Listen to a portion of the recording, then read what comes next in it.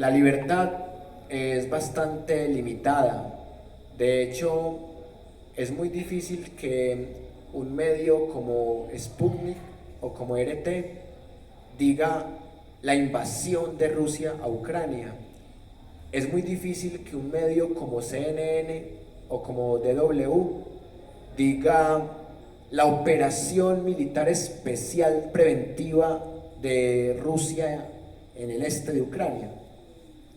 Y también es muy interesante ver las raíces del conflicto, que básicamente son por temas étnicos, lingüísticos, identitarios. Ahora se ha convertido en un conflicto geopolítico, pero inicialmente era un tema de identidad porque el 60% de los rusos estaba con miras a analizar qué estaba pasando en Ucrania, en el Donbass, teniendo en cuenta que la mayoría de ucranianos del Donbass habla ruso y que más o menos la mitad de la población ucraniana habla ruso.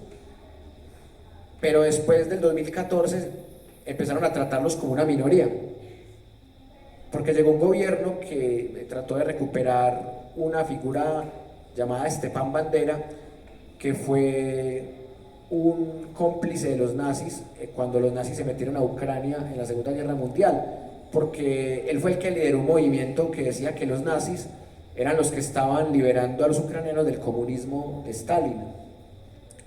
Y por eso hablar de libertad en esos contextos es muy difícil, porque uno podría decir que tienen libertad de prensa hasta cierto punto. Por ejemplo, un medio como Caracol, como RCN, puede decir que los falsos positivos existieron. De hecho, el mismo Álvaro Uribe Vélez, en su autobiografía del año 2012, No hay causa perdida, él dice que los falsos positivos existieron. Es de los pocos escándalos que él reconoce, pero él argumenta en su autobiografía que él nada tuvo que ver con los falsos positivos, con los 6.402, que fueron unas manzanas podridas del ejército las que cometieron esas ejecuciones extrajudiciales. Y RCN y Caracol también van en esa dirección. En cambio, si usted ve, por ejemplo, Noticias 1, que es un medio claramente antiuribista, no solamente reconocen los falsos positivos, sino que dicen que tanto Álvaro Uribe Vélez como su ministro de Defensa, Juan Manuel Santos, son responsables de los falsos positivos. Y entonces no es lo mismo ver un noticiero que ver el otro. Y uno se pregunta si en Caracol y RCN tienen la libertad de decir lo que tiene Noticias Uno para comentar. No tienen esa libertad. Ellos tienen que seguir una línea porque si no lo sacan. Igual pasa en el régimen venezolano. Hay medios como Telesur que no pueden decir que Maduro es dictador. Tienen que decir el presidente de la República Bolivariana de Venezuela. No pueden decir que en Venezuela se violan derechos humanos. Ellos tienen que decir más bien que son otros, como los Estados Unidos, los que están invadiendo países. Entonces es muy difícil encontrar libertad. Y en medio de todo, la libertad existe, pero muy a medias. Pero en el caso colombiano, tuvimos una época con la Carta Magna de 1886, en donde solamente había libertad de prensa en épocas de paz. Entonces, prácticamente no había libertad de prensa porque casi siempre estábamos en guerras civiles o en anuncios de guerra civil, entonces es muy difícil lograr la libertad. Claro, y uniendo aquí temas, entonces, ¿cómo se ven en las redes sociales esas formas de censura, ya sea a los canales, ya sea a personas particulares que están poniendo ahí información en vivo y en directo? Excelente pregunta. Se nota porque hay un alto nivel de hipocresía, porque tanto Estados Unidos como sus empresas, como Google, Twitter, dicen que ellos son demócratas, que son liberales, que están a favor de la libertad de expresión, pero les voy a poner dos ejemplos, uno con Facebook, otro con YouTube. El Facebook me ha sancionado 9 veces en el último año, y no es por decir HP, no es por decir insultos xenófobos o racistas, es porque en algunos escritos mencionaba el término de imperio de Estados Unidos de América. Entonces decía comentario de odio y de xenofobia, y yo no estaba insultando al ciudadano, al gringo promedio, yo estaba insultando al gobierno de Estados Unidos, bueno, ni siquiera insultándolo. Estados Unidos ha hecho más de 60 invasiones desde el siglo XIX. A mediados del siglo XIX se quedó con la mitad del territorio mexicano. Los Ángeles, Arizona, Texas, son mexicanos que hablan inglés y que gracias a una guerra se quedaron gringos, pero eran mexicanos. En la época de Simón Bolívar, de Santa Fe, eran mexicanos. Entonces, Estados Unidos ha invadido varias veces a Nicaragua, a Argentina, ha invadido varias veces a Irak, ha invadido a países en todos los continentes, ha invadido a Yemen, a Yugoslavia, ha invadido a Cuba, ha invadido a todos los países que ellos han considerado enemigos, Afganistán, Libia. Entonces, Rusia invade a Ucrania, comprando la retórica occidental, pero a Rusia lo sacan del mundial y a Estados Unidos no. Entonces, en el 2003, invasión a Irak, y Estados Unidos clasificó normalmente, o sea, ya había pasado el mundial de Corea y Japón, pero normalmente la FIFA debió eliminar a Estados Unidos por esas invasiones del mundial de Alemania 2006. Entonces, ¿por qué Estados Unidos sí pudo ir al mundial Alemania 2006 y por qué Rusia quedó eliminado por decreto desde la FIFA de Qatar 2022? Entonces ahí se empieza a notar. Entonces yo no dije mentiras, pero como es una empresa norteamericana, si yo hubiera dicho el imperio ruso, y yo también he hecho el ejercicio porque yo también considero que Rusia es un imperio, nunca me han censurado, las 9 veces, como 3 me han censurado por lo mismo, pero nunca, cuando digo el imperio ruso, nunca me censuran. Cuando digo el imperio estadounidense, dicen que es un comentario de odio y de xenofobia y me eliminan el comentario y me sancionan el Facebook. Ese fue el caso en YouTube y en Facebook. No, ese fue en Facebook. Fue en Facebook. Bueno, y el de YouTube fue con mi canal de la Universidad Nómada, que ahí también me han sancionado varias veces. Cuando estábamos en la pandemia, yo invité unos panelistas que tenían diferentes posiciones.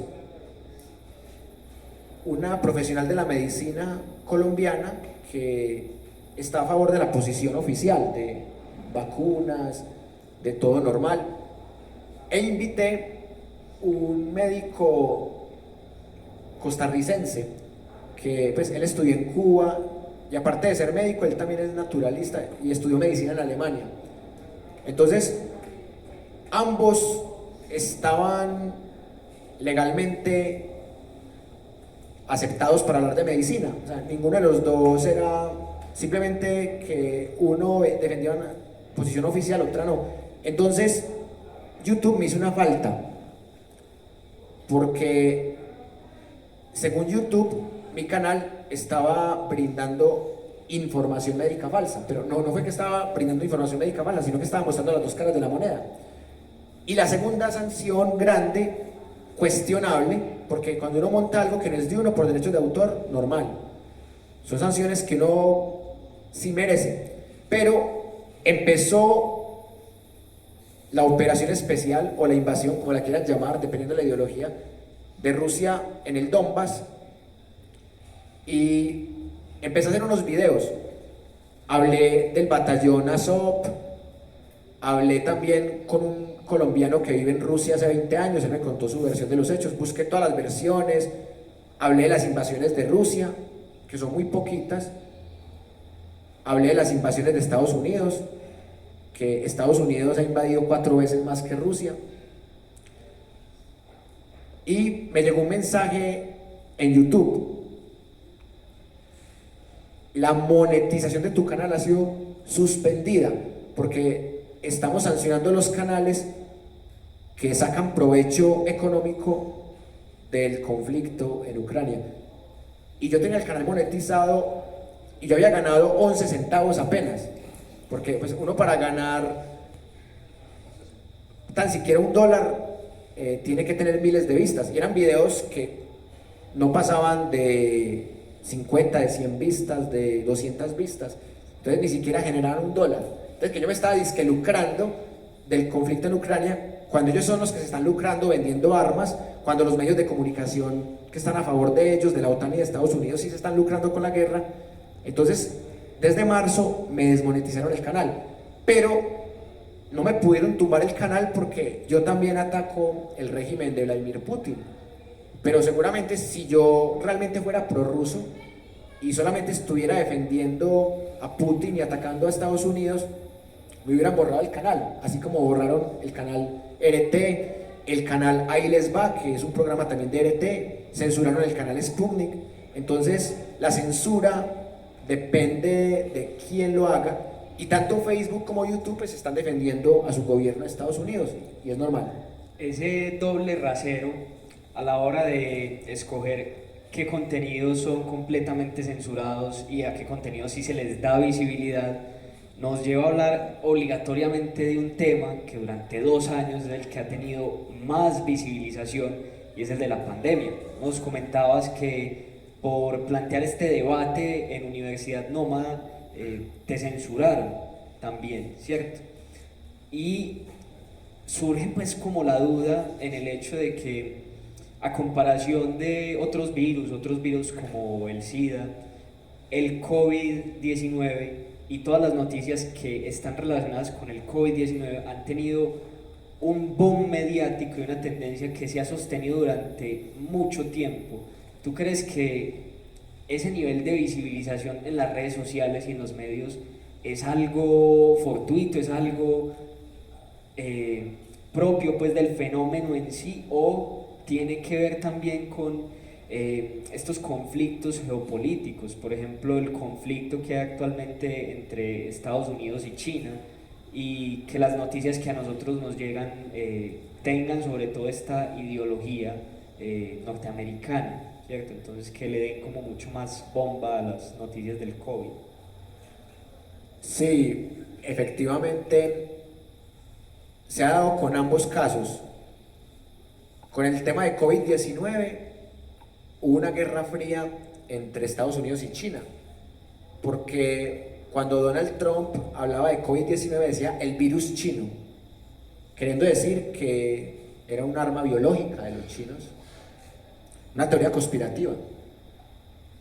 Y lo curioso fue que hasta Twitter censuró al presidente de Estados Unidos, lo cual demuestra que si el presidente del país más poderoso del mundo es censurado, ¿qué podría pasar con los simples mortales como los que hacemos, por ejemplo, clases en la Universidad Nómada, que nadie nos conoce?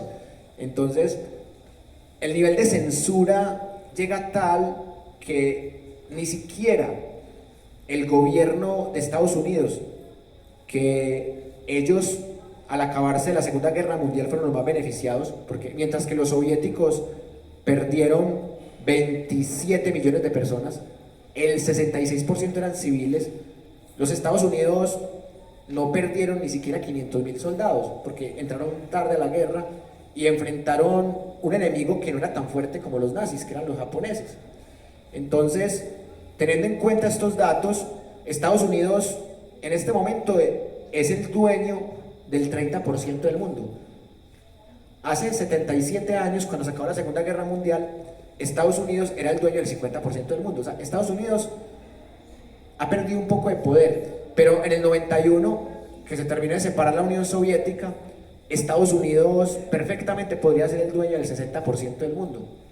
Entonces, que el presidente del país que en este momento es el dueño del 30% del mundo, que también sea censurado, demuestra que hay poderes transnacionales que están más allá del presidente de Estados Unidos, poderes, no voy a decir que Illuminatis o de masones, no, poderes de bancos, como el Banco Mundial, como el Fondo Monetario Internacional, poderes de organizaciones que tienen conflicto de intereses con las farmacéuticas, como la Organización Mundial de la Salud, entidades como la FIFA, que tienen el monopolio del fútbol, ya vimos lo que pasó al sacar a Rusia del Mundial, entidades como la UNESCO, que tienen el monopolio de la educación, entidades como la OCDE, que también en el gobierno de Santos se metió a esa entidad que supuestamente es para una economía de países en desarrollo,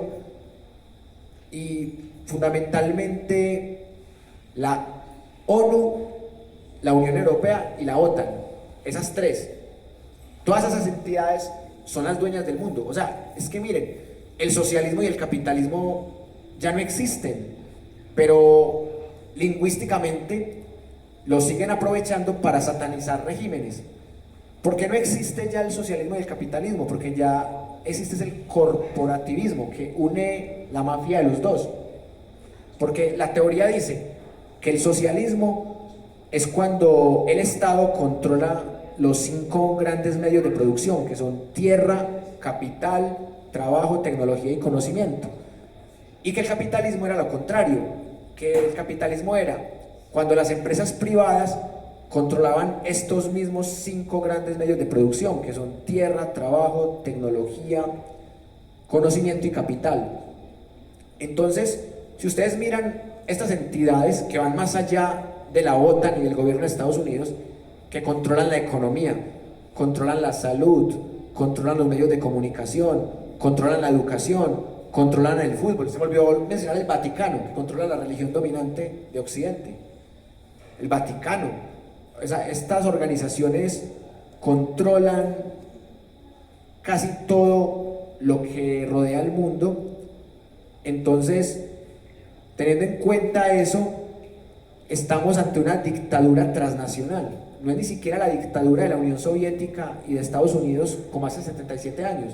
Ya es una dictadura de unas corporaciones que son estados transnacionales, entonces por eso son socialistas, porque son estados transnacionales, y son capitalistas porque también tienen multinacionales privadas. Entonces tienen una mezcla del imperialismo, del socialismo, del capitalismo y, si se quiere, el feudalismo, que era la riqueza desde la tierra. Entonces, definitivamente, compañero, el tema de COVID-19 fue una pandemia que realmente existió, pero que lucró las farmacéuticas, que tienen conflicto de intereses con ese tipo de organizaciones. Si seguimos esa línea de pensamiento, ¿cuáles pueden ser los intereses de estas organizaciones, entidades transnacionales, con el cubrimiento mediático actual que se le está dando, y sobre todo en las redes sociales, al conflicto del Donbass? Excelente pregunta. El interés es básicamente lograr el establishment, porque miren, cuando se terminó la Segunda Guerra Mundial, a Alemania se la repartieron en pedacitos. Entonces, este pedacito chiquito para Francia, este pedacito para Gran Bretaña, y esta tajada grande para la Unión Soviética, y esta otra tajada grande para Estados Unidos. Por eso ahí nació la Alemania federal, la Alemania oriental. Entonces, la Alemania oriental, una colonia soviética; la Alemania occidental, una colonia gringa. Y por eso ahí se construyó el famoso muro de Berlín después de ese proceso. Y esta repartición hizo que Alemania perdiera el 25% de su territorio. Y definitivamente, con el tratado de Bretton Woods, se impuso el dólar como la moneda mundial, porque Estados Unidos prometió respaldar el dinero, el dólar, con oro. Pero en los 70s, Estados Unidos se está quedando sin oro. Entonces le tocó dejar de cumplir el tratado de Bretton Woods, que se había hecho incluso cuando no había terminado la Segunda Guerra Mundial, y empezó a hacer tratados y acuerdos con los árabes, y ahí se creó el petrodólar. Entonces ya el respaldo del dólar dejó de ser el oro macizo se convirtió en el oro negro, el petróleo. Y a partir de allí ya empezó un conflicto internacional por el petróleo. Entonces, bueno, vamos a controlar a Venezuela, porque Venezuela es el país que mayor reservas petroleras tiene. Algunos dicen que 200 años de reservas petroleras, otros dicen que 80. No hay un acuerdo en la cifra, pero el hecho es que el que se quede con Venezuela puede ser un rey del mundo. Entonces, en este momento vemos que el chavismo tiene un respaldo chino-ruso, porque los chinos y los rusos saben que no le pueden dejar a los estadounidenses a Venezuela. Entonces, de ahí viene ese conflicto internacional. Y remato con el tema del Donbass. En el tema del Donbass también hay un interés por el gas ruso, porque Estados Unidos tiene mucho gas acumulado y lo quiere vender. Entonces, una forma de hacer que los países de la Unión Europea le compren el gas a Estados Unidos y no a Rusia es provocar a Rusia. Entonces, Estados Unidos lleva 8 años provocando a Rusia. ¿Cómo lo provoca? Se le está metiendo en los vecinos. Entonces, le está metiendo países vecinos a la OTAN. A Ucrania no lo puede meter tan fácilmente porque Ucrania era la potencia económica de la Unión Soviética y Rusia la potencia militar. Entonces, meterse en Ucrania era prácticamente declarar la Tercera Guerra Mundial. Entonces, como no se le puede meter a Ucrania por el lado de la OTAN, se le está metiendo de manera clandestina. Y está la versión rusa. La versión rusa es que hay laboratorios de armas biológicas estadounidenses en Ucrania y que Vladimir Putin se dio cuenta de eso. Entonces que Vladimir Putin puso la queja ante la ONU y que lo ignoraron y dijeron que eran teorías conspirativas. Entonces Estados Unidos tiene un gobierno títere en Ucrania desde hace 8 años y ese gobierno fomentó el nacionalismo de Stepan Bandera y a partir de ese gobierno empezó una persecución sistemática a los ucranianos del este, del Donbass, que casi todos hablan ruso y casi todos tienen simpatía con el Kremlin. Entonces ahí empezó el tema del genocidio, el tema de incendios, el incendio de la casa de los sindicatos en donde quemaron 48 personas vivas. Entonces si usted mira cómo presenta la noticia CNN, dice, por accidente, se quemaron 48 personas que eran unos terroristas prorrusos. Pero si usted mira RT o Sputnik, dice, fueron quemados 48 héroes que estaban luchando por el Donbass y por las repúblicas populares del Lugansk y del Donetsk. Entonces fueron 48 héroes los quemados. Entonces dicen los medios occidentales, fueron 48 terroristas. Entonces miren que una cosa es ser héroe, otra cosa es ser terrorista. Entonces miren que hay una retórica y este conflicto nos permite sintetizar todos los conflictos de la Guerra Fría y de la cuarta y tercera generación también. Estuvimos hablando de esas corporaciones o entidades transnacionales y de la influencia que pueden ejercer a través de las redes sociales en la opinión pública. Ahora vamos a algo que nos es un poquito más cercano y son esas comunidades digitales.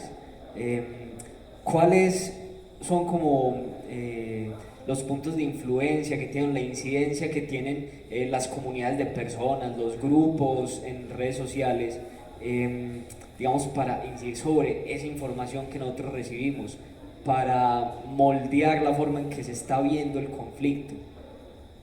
Es muy importante esa pregunta porque hay comunidades digitales que claramente buscan adoctrinar y hay otras que tratan de fomentar el pensamiento crítico.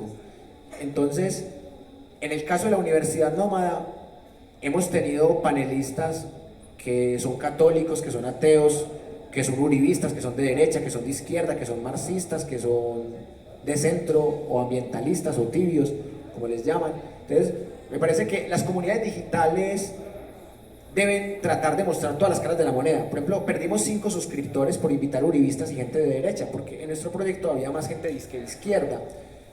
Pero no podemos poner por encima la ideología al pensamiento crítico, porque todo proyecto de educación popular tiene que tener autocrítica.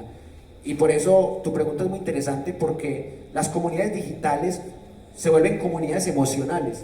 y muchas veces argumentan con falacias, con sesgos cognitivos, con estereotipos, con efectos Mandela. Y la idea de la universidad nómada es meterle algo de razón, de pensamiento crítico y argumentación para evitar ese tipo de fanatismos.